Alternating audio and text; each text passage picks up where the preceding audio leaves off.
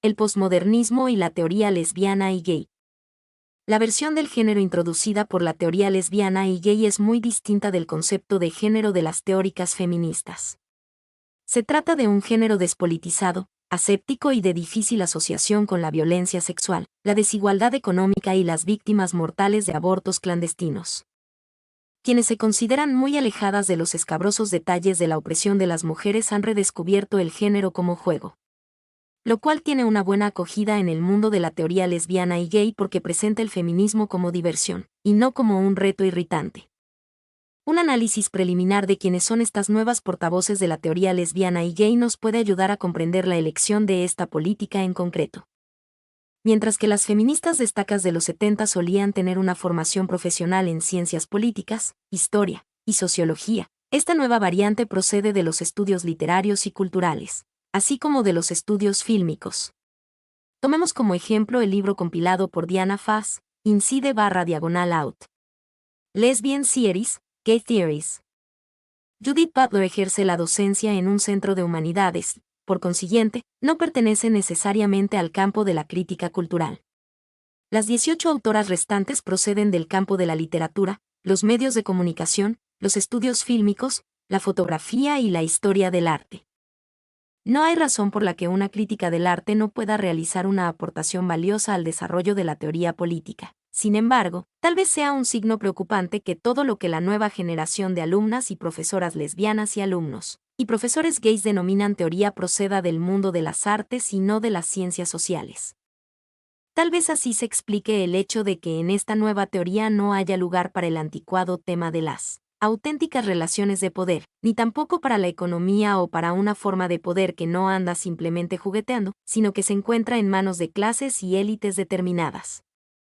La teoría postmoderna otorgó un lugar preeminente al lenguaje dentro de lo político, la palabra se tornó realidad, el crítico cultural se convirtió en activista político, blandiendo la pluma mientras el ama de casa maltratada por su marido por olvidar una telaraña en un rincón se vuelve extrañamente invisible.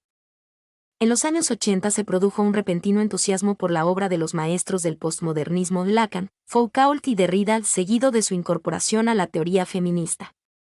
Algunas críticas feministas han señalado que este hecho causó cierta despolitización del feminismo. En el campo de la teoría lesbiana y gay, la obra de las grandes figuras masculinas del posmodernismo, así como la de otros teóricos inspirados por ellos, ha sido acogida con más entusiasmo aún. No debe sorprender que la llamada teoría lesbiana y gay, a saber, aquella que homogeneiza a lesbianas y varones gays, resulte tan atractiva a los ojos de estos últimos. Todo lo que remita de forma demasiado explícita al feminismo es contemplado con suspicacia. En el momento actual, el proyecto de elaborar una teoría lesbiana independiente aparece como una empresa extravagantemente separatista. Las estrellas de la nueva teoría lesbiana y gay, Judith Butler y Diana Fass, son ambas mujeres, aunque se dedican a reciclar un feminismo fundamentado en los maestros postmodernos o en su mayoría gays, que no hiera la sensibilidad de los gays. No es una empresa fácil. ¿Cómo lograr, pongamos por ejemplo, que el fenómeno del travestismo se considere no ya aceptable sino revolucionario en la teoría lesbiana y gay? Cuando ha sido un tema sumamente controvertido para la teoría feminista desde que las lesbianas se distanciaron del movimiento de liberación gay. Solo se logra con un retorno al género, con la invención de una versión inofensiva del género, con la que las lesbianas y los gays podrán jugar eternamente y ser revolucionarios al mismo tiempo. Fijémonos ahora en las autoridades que cita la nueva teoría lesbiana y gay.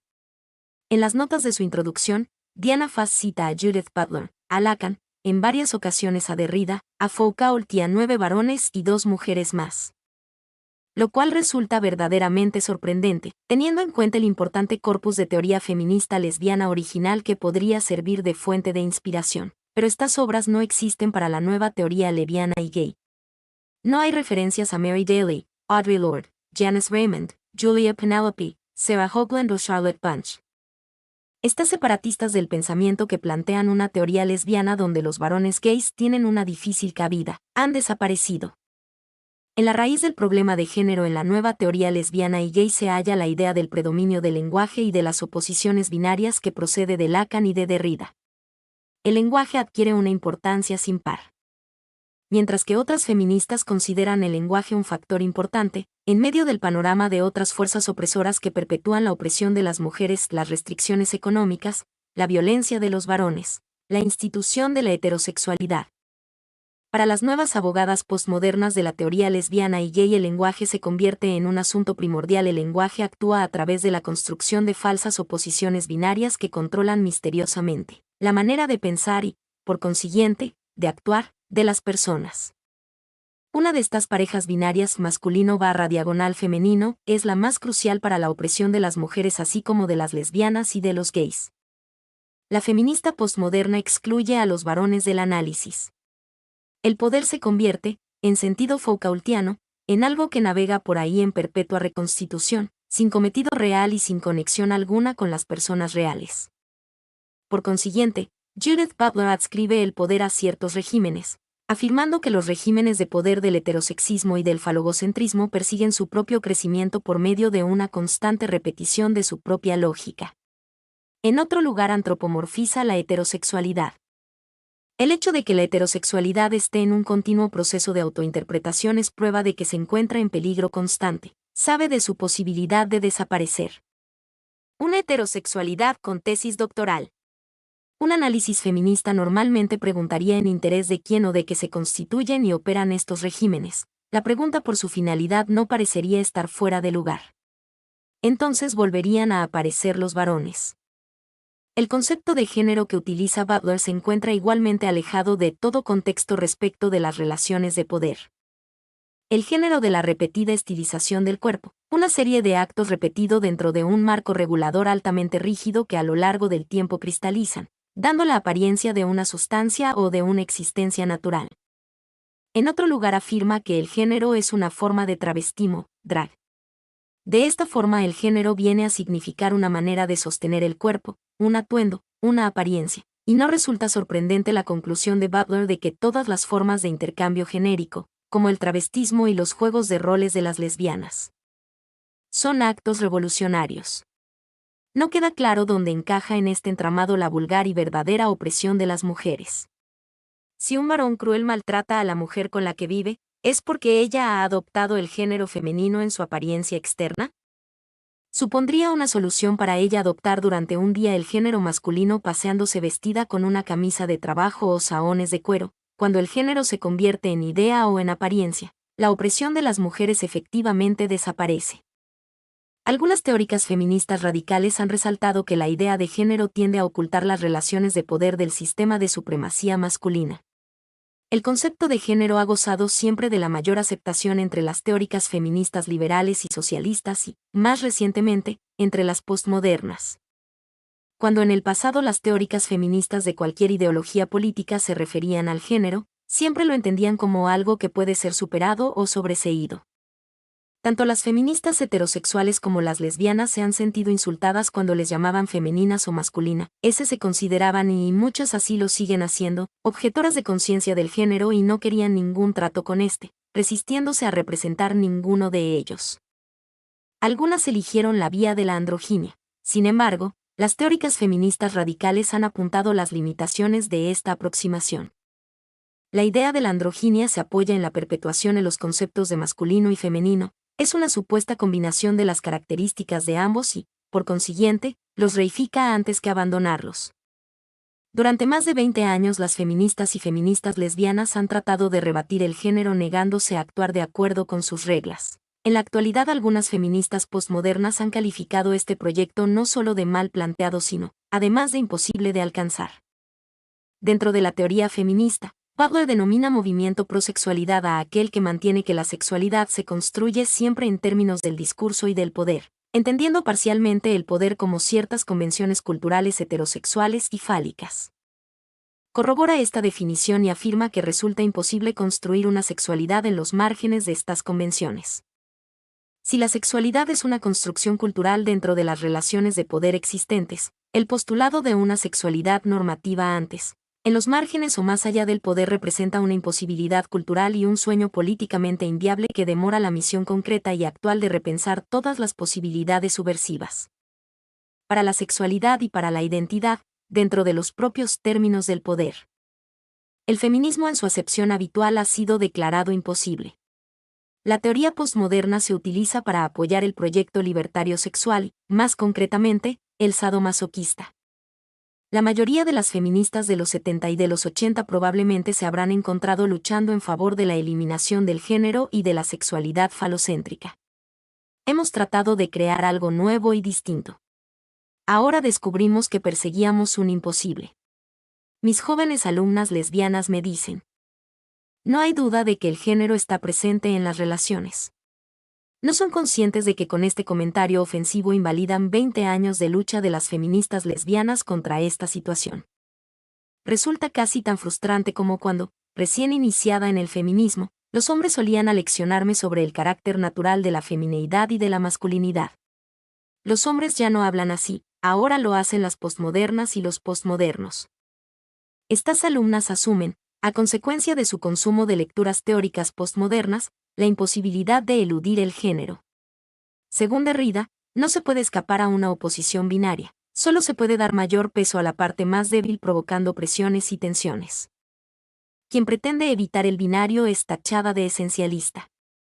El término esencialista ha adquirido un significado totalmente distinto y se emplea para denotar a quienes conservan cierta fe en la posibilidad de una acción social para conseguir un cambio social.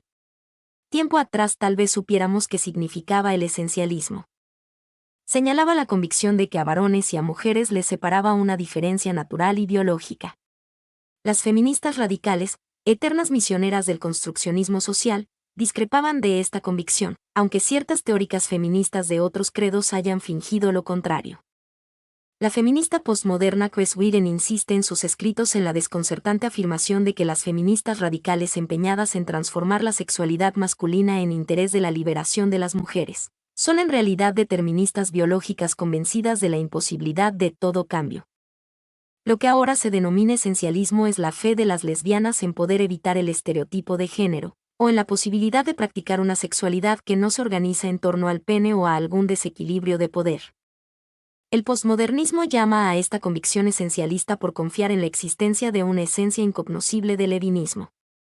Todo lo conocido, o lo pensable, está infundido por el género y por el falocentrismo y el sistema solo puede cambiar mediante el juego dentro de sus reglas.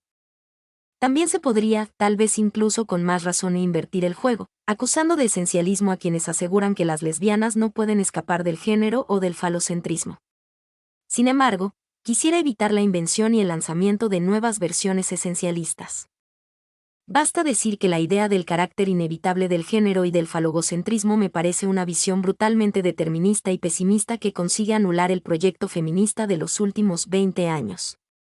Concuerda con la tendencia general del posmodernismo a considerar la militancia política y la fe en la viabilidad de un cambio político como una actitud sospechosa, ridícula e incluso vulgar. Fijémonos ahora en lo que Butler entiende como el potencial revolucionario del travestismo.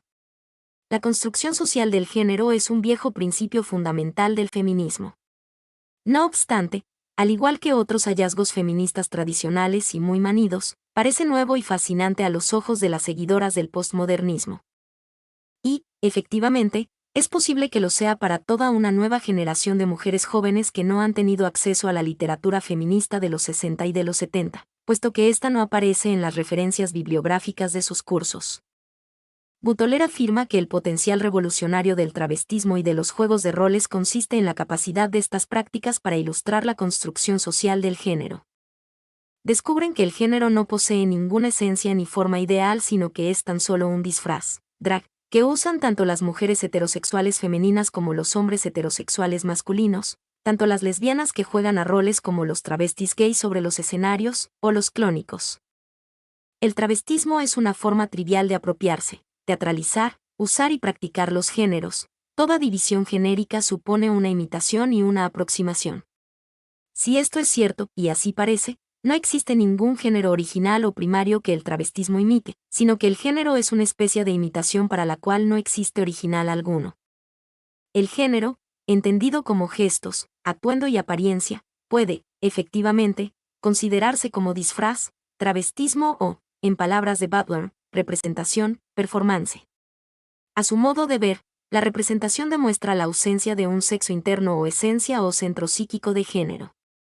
Esta supuesta estrategia revolucionaria, ¿cómo puede traducirse en un cambio? No queda demasiado claro.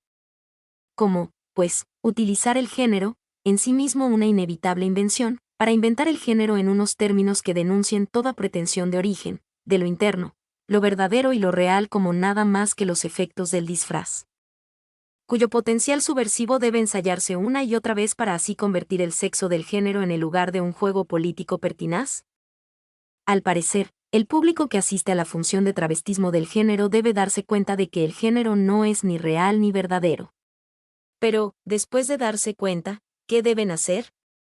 Al acabar la función de travestismo, las mujeres y los hombres heterosexuales volverán a casa corriendo para deshacerse del género y anunciar a sus parejas que no hay tal cosa como la masculinidad y la femineidad.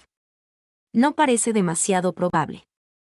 Si el género fuera realmente solo una idea, si la supremacía masculina se perpetuara solo porque en las cabezas de los hombres y de las mujeres no acababan de prenderse las lucecitas necesarias para poder descubrir el error del género, entonces la estrategia de Baudelaire podría tener éxito. Sin embargo, su concepción de la opresión de las mujeres es una concepción liberal e idealista. La supremacía masculina no solo se perpetúa porque la gente no se percata de la construcción social del género o por una desgraciada equivocación que tenemos que corregir de alguna manera. Se perpetúa porque sirve a los intereses de los varones. No hay razón por la que los varones tengan que ceder todas las ventajas económicas, sexuales y emocionales que les brinda el sistema de supremacía masculina, solo por descubrir que pueden llevar faldas. Por otra parte, la opresión de las mujeres no solo consiste en tener que maquillarse. La imagen de un varón con falda o de una mujer con corbata no basta para liberar a una mujer de su relación heterosexual, mientras el abandono de su opresión le puede causar un sufrimiento social, económico y probablemente hasta físico, y en algunas ocasiones la pérdida de su vida.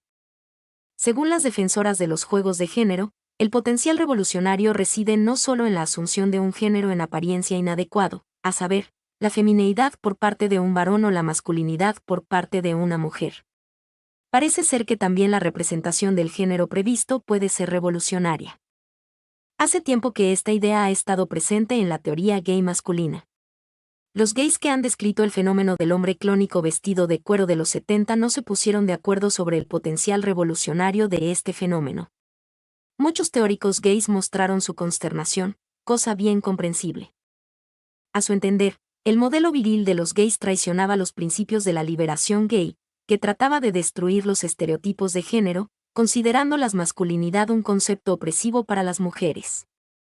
Otros autores han resaltado el carácter revolucionario del tipo masculino gay por su cuestionamiento del estereotipo gay afeminado. Por otra parte, se ha señalado que el potencial revolucionario del gay masculinizado puede permanecer invisible, puesto que el espectador desprevenido no lo reconoce como gay sino que lo tiene simplemente por masculino. ¿De qué manera debe saberlo? El argumento del carácter políticamente progresista de la masculinidad, que esgrimen los varones gays, parece, por último, una simple manera de justificar algo que ciertos gays desean o que les atrae. La aprobación se inventó después del hecho, tal vez porque algunos gays se dieron cuenta del carácter retrógrado de la pose masculina que adoptaban para camuflarse, sentirse poderosos o sexualmente atractivos y necesitaban justificarse. El retorno al género, que se ha producido en la comunidad de los varones gays a partir de finales de los 70 en términos de un renovado entusiasmo por los espectáculos de travestismo y por un nuevo estilo viril, aparece en la comunidad lesbiana mucho más tarde. Solo en los años 80 se comenzó a observar un retorno al género entre las lesbianas con la rehabilitación de los juegos de roles y la aparición de las lesbianas de carmín. Las ideas de las obras de los maestros postmodernos resultaron sumamente convenientes porque constituían una justificación intelectual y permitían anular y ridiculizar desde la academia cualquier objeción feminista. En Gender Trouble, Judith Butler demostró que el psicoanálisis de antaño, representado por un trabajo de John Revier de 1929 sumado a unas declaraciones de Lacan sobre la femineidad como mascarada y parodia, pueden ser utilizados por las nuevas teóricas lesbianas y gays procedentes de los estudios culturales en defensa de la representación de la femineidad por las lesbianas como una estrategia política. En otro lugar esta representación es llamada mimetismo, aunque esta palabra no se adecúa al análisis de Butler, dado que sugiere la existencia de un original que es mimetizado, y, de hecho, ella no la utiliza. Carol Ann Haller explica de la siguiente manera la idea del mimetismo, recurriendo a Luz Alegre. Según Alegre, mimetizar significa asumir el rol femenino a propósito, para rendir visible a través de un juego de repeticiones algo que debe permanecer invisible. Representar lo femenino significa decirlo con ironía, entre comillas, como hipérbole o como parodia. En el mimetismo y también en el campo. La ideología se hace con el fin de deshacerla y así aportar nuevos conocimientos, que el género y la orientación heterosexual que debe asegurarlo son antinaturales e incluso opresivos. Sin embargo, Taylor critica esta idea. Apunta que si todo género es una máscara, resultará imposible distinguir la parodia de lo real. Lo real no existe. De esta manera el potencial revolucionario se pierde. La idea del mimetismo está presente en el elogio que algunas críticas culturales hacen de Madonna. Afirman que Madonna socava los conceptos de fijeza y de autenticidad del género, al asumir la femineidad como representación. El mimetismo requiere la exageración del rol femenino asumido. Al parecer, es así como han de saber las espectadoras inexpertas que están ante una estrategia revolucionaria. El exceso de maquillaje o de la altura de los tacones indicaría que el género es entendido como representación. Cherry Smith, abanderada de la política queer, apunta en una reseña acerca de la obra de la fotógrafa lesbiana Della Grace que la indumentaria femenina tradicional puede tener un efecto revolucionario. En verdad, parte de la iconografía ha sido sustraída a las trabajadoras del sexo y la moda post-punk, el cual confiere una autonomía violenta a la elegancia femme, y convierte el hecho de llevar minifalda y de exhibir el body en un gesto conscientemente antiestético e intimidatorio, antes que vulnerable y sumiso. La encarnación por excelencia de este estilo es, según Smith, la propia Madonna, probablemente uno de los ejemplos más famosos de la transgresión queer. Las teóricas feministas que no son ni queer ni postmodernas tienen grandes dificultades para apreciar la transgresión de Madonna contra otra cosa que no sea el feminismo, el antirracismo y la política progresista en general. La teórica feminista norteamericana negra Bell Hooks apunta que Madonna no pone en entredicho las reglas de la supremacía masculina blanca, sino que las acata y las explota. Según Hooks, las mujeres negras no pueden interpretar el teñido rubio del pelo de Madonna como una simple elección estética, sino que para ellas esta nace de la supremacía blanca y del racismo. La autora entiende que Madonna utiliza su condición de personal marginal en Truth or Dare, en Bed with Madonna, en la cama con Madonna, con el propósito de colonizar y apropiarse de la experiencia negra para sus propios fines oportunistas, aunque trate de disfrazar de afirmación sus agresiones racistas. Apunta que, cuando Madonna utiliza el tema de la chica inocente que se atreve a ser mala, se apoya en el mito sexual racista / sexista incesantemente reproducido, según el cual las mujeres negras no son inocentes ni llegan a serlo jamás. Hooks encabeza su artículo con una cita de Susan Bordo que señala que el potencial desestabilizador de un texto puede medirse solo en relación con la práctica social real. Si acatamos el potencial desestabilizador del mimetismo según esta perspectiva, descubrimos numerosos ejemplos a nuestro alrededor. En los medios de transporte público, en las fiestas de la oficina, en los restaurantes en los que las mujeres adoptan una femineidad exagerada. Es difícil distinguir entre la femineidad irreflexiva y corriente, y la sofisticada femineidad como mascarada. También aquí encontramos cierto esnobismo. Se juzga con distintos raseros a las mujeres que han optado por llevar una vestimenta muy parecida, según sean ignorantes y anticuadas o hayan cursado estudios culturales, hayan leído a Lacan y hayan tomado la consiguiente decisión deliberada y revolucionaria de ponerse un body escotado de encajes. ¿Por qué tanta agitación sobre este tema? Resulta difícil creer que las teóricas lesbianas postmodernas entiendan realmente el mimetismo y los juegos de roles como una estrategia revolucionaria. Sin embargo, la teoría permite a las mujeres que quieran usar el fetichismo de género para sus propios fines, ya sean de índole erótica o simplemente tradicional, hacerlo con un petulante sentido de superioridad política. Parece divertido jugar con el género y con toda la parafernalia tradicional de dominio y sumisión, poder e impotencia, que el sistema de supremacía masculina ha engendrado. Mientras que el maquillaje y los tacones de aguja representaban dolor, gastos, vulnerabilidad y falta de autoestima para la generación de mujeres que se criaron en la década de los 60. La nueva generación de jóvenes nos informa que estas cosas son maravillosas porque ellas las eligen. Esta nueva generación se pregunta incrédula cómo podemos divertirnos sin depilarnos las cejas ni las piernas. Y, entre tanto, la construcción del género permanece incontestada. Estamos ante el sencillo fenómeno de la participación de ciertas lesbianas en la tarea de refuerzo de la fachada de la femineidad. Hubo un tiempo en que las feministas lesbianas aparecían en público o en televisión vestidas de una manera que rehuía deliberadamente el modelo femenino, como una estrategia de concienciación. Creíamos que de esta forma mostrábamos a las mujeres una posible alternativa al modelo femenino. Actualmente todas las parodistas, mimetistas y artistas de performance nos dicen que el sistema de supremacía masculina sufrirá una mayor desestabilización gracias a que una lesbiana se vista del modo que cabría esperar de una mujer heterosexual, extremadamente femenina. Resulta difícil saber por qué. Las más desestabilizadas son, con toda probabilidad, las feministas y las lesbianas, que se sienten totalmente desarmadas e incluso humilladas por una lesbiana que demuestra y proclama que también ella quiere ser femenina. Aparte del retorno al género, hay otro aspecto del enfoque postmoderno de los estudios lesbianos y gay que no parece constituir una estrategia revolucionaria claramente útil. Se trata de la incertidumbre radical, radical uncertainty, respecto de las identidades lesbiana y gay. Tanto los teóricos como las teóricas adoptan una postura de incertidumbre radical.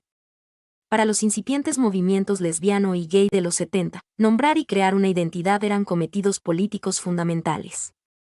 Nombrar tenía una especial importancia para las feministas lesbianas conscientes de cómo las mujeres desaparecían normalmente de la historia de la academia y de los archivos, al perder su nombre cuando se casaban. Éramos conscientes de la importancia de hacernos visibles y de luchar por permanecer visibles. La adopción y la promoción de la palabra lesbiana eran fundamentales, ya que establecían una identidad lesbiana independiente de los varones gays. A continuación, las feministas lesbianas del mundo occidental intentaban llenar de significado esta identidad. Estábamos construyéndonos una identidad política consciente. Las feministas lesbianas han defendido siempre un enfoque construccionista social radical para el lesbianismo. Mediante poemas, trabajos teóricos, conferencias, colectivos propios, así como el trabajo político de cada día, íbamos construyendo una identidad lesbiana que aspiraba a vencer los estereotipos perjudiciales y predominantes y que debía formar la base de nuestro trabajo político. Se trataba de una identidad históricamente específica. La identidad lesbiana que construyen las actuales libertarias sexuales y las teóricas de la nación queer es radicalmente distinta. La identidad elegida y construida debe corresponderse con las estrategias políticas que se quieran emprender. Las teóricas y los teóricos del posmodernismo lesbiano y gay tratan de erradicar incluso el concepto de una identidad temporalmente estable. Tras este empeño subyacen tres cuestiones políticas. La primera es el miedo al esencialismo. No parece ser una cuestión especialmente relevante para las feministas lesbianas, que son conscientes de que su identidad lesbiana es una construcción social deliberada y claramente intencional. Preocupa, sin embargo, sobre todo a los teóricos gays masculinos que se hallan ante una cultura gay mucho más arraigada en la idea de una identidad esencial que la lesbiana. La preocupación de los varones gays por el esencialismo ha derivado en una especial atención de la teoría gay y griega lesbiana a este tema. Según las palabras de Richard Dyer en Incide/Out, la noción de homosexual parecía acercarse demasiado a las etiologías biológicas de la homosexualidad que se habían utilizado para arremeter contra las relaciones entre personas del mismo sexo y, al exhibir el modelo inexorable de nuestro ser, nos privaban de la práctica política de decidir qué queríamos ser. La otra cuestión política, que subyace tras el empeño de la incertidumbre radical, es la de evitar el etnocentrismo. Un concepto estable sobre la identidad de una lesbiana o de un varón gay reflejaría necesariamente las ideas del grupo racial o étnico dominante y no repararía en las considerables diferencias vivenciales y prácticas de las demás culturas. Dyer señala. Los estudios que trataban de establecer una continuidad de la identidad lesbiana/gay, a través de distintas épocas y culturas, imponían el concepto que tenemos actualmente de nuestra sexualidad a la diversidad y las diferencias radicales que existen, tanto con respecto al pasado como a las otras culturas, no blancas, del tercer mundo. Ocultando a menudo, además, las diferencias entre lesbianas y varones gays. Del movimiento de liberación de las mujeres y del feminismo lesbiano ha surgido una considerable cantidad de trabajos realizados por mujeres negras y pertenecientes a minorías étnicas que afirman sus propias identidades diversas, sin por ello desestabilizar radicalmente la idea de la existencia lesbiana. Lesbianas negras, judías, chicanas, asiáticas e indígenas han realizado estos trabajos afirmando su identidad lesbiana. Esta identidad común nace de la cultura urbana de Occidente y probablemente no puede ser trasladada fuera de este escenario. Las lesbianas indígenas australianas, por ejemplo, han cuestionado el valor que pueda tener una palabra derivada de cierta isla griega para su propia identidad, apuntando que en el amor entre mujeres en una cultura indígena tradicional no hay cabida para una identidad lesbiana urbana. Sin embargo, en general las lesbianas políticas han hecho hincapié en la relevancia de una identidad reconocible para la organización de las lesbianas en la cultura urbana occidental. El hecho de que esta identidad carezca de significado para la mayoría de los pueblos indígenas o las personas no urbanas no le resta importancia como instrumento organizador dentro de su propio contexto. Otro motivo para sospechar de la identidad lesbiana o gay se apoyaba en las nociones Foucaultianas sobre el ejercicio mismo del poder a través de la regulación del deseo al que la política y la teoría lesbiana /gay presuntamente se oponían. Según Dier, si las categorías de la homosexualidad se idearon como herramientas de control social, debemos vigilar de qué forma nuestra utilización de estas categorías puede contribuir a esta regulación. Resulta útil y provechoso que recordemos nuestra obligación de poner en entredicho tanto nuestra práctica política como nuestros presupuestos políticos, por ejemplo, el hecho de llamarnos lesbianas, con el fin de comprobar que nuestro procedimiento no se haya vuelto políticamente inútil o perjudicial, no obstante. Si nos fijamos en el uso que se hace en los escritos lesbianos de la incertidumbre radical, hemos de preguntarnos si la limpieza general no ha ido demasiado lejos. Las autoras postmodernas anuncian con fervor la importancia de su postura subjetiva. No vayan a pensarse que aspiran a la universalidad o a la objetividad. Las feministas lesbianas desarrollaron su propia versión al margen de la teoría postmoderna en los boletines informativos de los 80, donde se encuentran descripciones del siguiente orden: etcétera, clase media, obesa obsesa, fem, libra, etc. Sin embargo, habitualmente estaban seguras de todos estos aspectos de su identidad. Elizabeth Miss nos brinda un ejemplo de la versión postmoderna de la incertidumbre radical. ¿Cómo es que la lesbiana parece una sombra de barra diagonal dentro la mujer, de dentro la escritura? Una forma contrastada en un teatro de sombras, algo amorfa, con los bordes difusos debido a la inclinación del campo visual, de la pantalla sobre la que se proyecta el espectáculo. El sujeto lesbiano no es todo lo que soy y está en todo lo que soy.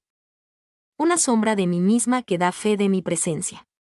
No estoy nunca de barra diagonal fiera esta lesbiana. Y siempre dando vueltas, así y asá, aquí y allá.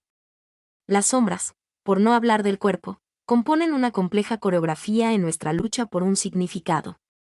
Los textos posmodernos sobre temas lesbianos comienzan a menudo con varias páginas de esta clase de reflexiones introspectivas sobre la identidad lesbiana de la autora.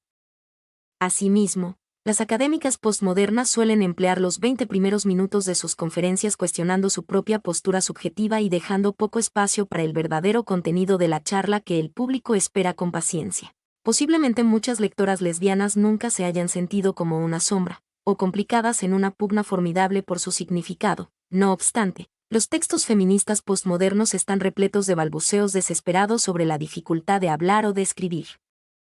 Hay cierta angustia de artista atormentada que no podemos permitirnos en nuestra lucha política habitual quienes simplemente tratamos de expresarnos con la mayor sencillez y frecuencia posible. El texto de Judith Butler en incide/out comienza con una angustiada introspección sobre quién es ella ante una solicitud de dar una conferencia como lesbiana. Al principio pensé escribir un ensayo distinto, en un tono filosófico, el ser de ser homosexual. Las perspectivas de ser algo, aun a cambio de dinero, siempre me han causado cierta angustia, ya que ser lesbiana parece ir más allá del simple mandato de convertirme en alguien o algo que ya soy. Y decir que esto es una parte de mí no aplaca mi angustia. Escribir o hablar como lesbiana aparece como un aspecto paradójico de este yo ni verdadero ni falso. Es un producto, por regla general, la respuesta a una petición de salir o escribir en nombre de una identidad que, una vez producida, actúa en ocasiones como un fantasma políticamente eficaz.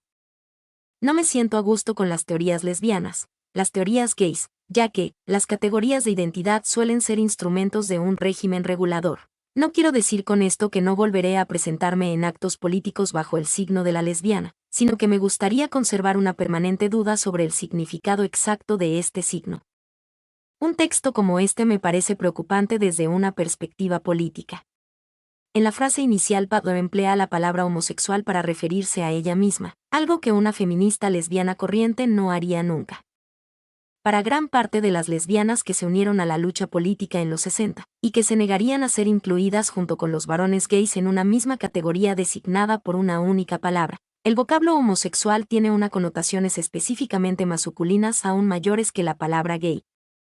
Lo cual indica que Butler pertenece a las nuevas teóricas lesbianas y gays que han optado por abandonar una política lesbiana independiente. Su uso de ciertas palabras puede ayudarnos a situar a Butler dentro del panorama político, aunque su inmensa angustia al preguntarse dónde situarse ella misma constituye un problema para la política lesbiana y para la política gay. No resulta ni emocionante ni sugerente enfrentarse a las muestras de incertidumbre radical, si bien esto no basta como crítica. Lo que hay que preguntar y lo que muchas feministas heterosexuales, autoras negras y también lesbianas, están empezando a preguntarse es lo siguiente: ¿resulta políticamente útil plantear tantas dudas sobre la palabra lesbiana o sobre otras categorías políticas, como mujer o negra? Cuando los grupos oprimidos que utilizan estas categorías de identidad están solo empezando a abrir su espacio en la historia, la cultura y la academia. Con el cuestionamiento de las posturas subjetivas, los teóricos postmodernos pretendían obligar a los miembros de los grupos dominantes a reconocer su parcialidad, para que las lectoras pudieran reconocer más fácilmente cuáles determinados textos formaban parte de un sistema regulador. Todo esto está muy bien, sin embargo, no son precisamente los miembros de los grupos dominantes quienes han aprovechado la ocasión para demostrar su incertidumbre radical y no hay motivo para pensar que lo vayan a hacer. No son los vicerrectores de las universidades tradicionales quienes empiezan sus conferencias con 20 minutos de titubeo sobre sus posturas subjetivas y su derecho a decir lo que van a decir. Tampoco son los académicos varones, heterosexuales y blancos, quienes mayoritariamente aprovechan esta ocasión. Al parecer son sobre todo las mujeres, las lesbianas y los gays, así como las minorías étnicas en general quienes se sienten obligadas a mostrar su incertidumbre radical. Mientras los regímenes reguladores conservan sus certezas, tal vez la mejor forma política de combatirlos sea mantener también nosotras algo de certeza sobre quiénes somos y qué estamos haciendo. Quizás la obligación de exhibir una actitud de incertidumbre radical coincida sencillamente con la dificultad habitual de los grupos oprimidos para reafirmarse y afianzarse frente a la maquinaria dominante productora de mitos. Solo ayuda a que nos sintamos impotentes. Diana Pfaz dedica un capítulo entero de su libro Essentially Speaking a la cuestión de la política de identidad de las lesbianas y de los gays. A su modo de ver, las teóricas lesbianas han estado más comprometidas con la idea de una identidad esencialista que los gays. La teoría lesbiana actual está generalmente menos dispuesta a cuestionar o abandonar la idea de una esencia lesbiana junto con la política de identidad que deriva de esta esencia común. Por otra parte, los teóricos masculinos gays han refrendado rápidamente la hipótesis construccionista social que proclama Foucault, y han desarrollado unos análisis más escrupulosos referentes a la construcción histórica de las sexualidades. He aquí una auténtica sorpresa para las lectoras feministas lesbianas. Y es que nuestra experiencia nos indica lo contrario. En mi trayectoria como docente he podido constatar a menudo que la idea de la homosexualidad masculina como construcción social constituye un anatema para algunos alumnos gays y resulta difícil de aceptar para la mayoría. En cambio, no es el caso de las lesbianas. A fin de cuentas, muchas de ellas han elegido amar a otras mujeres por razones políticas, a menudo tras pasar media vida como esposas y madres y sin siquiera imaginarse la posibilidad de sentirse atraídas por las mujeres. Muy pocos varones gays comparten esta experiencia. Difícilmente dirán que su preferencia sexual tiene motivos políticos y que es consecuencia de una elección consciente de renunciar a las mujeres o a la heterosexualidad. Tal vez Pfaz quiera decir que las autoras lesbianas no han promocionado la idea de la construcción social, aunque muchas lesbianas la hayan aceptado a nivel vital.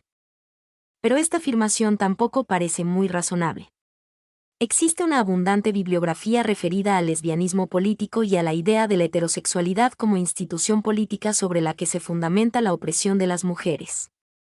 Sin embargo, a excepción de algunas alusiones a Adrienne Rich, Pfaz hace caso omiso a estos textos.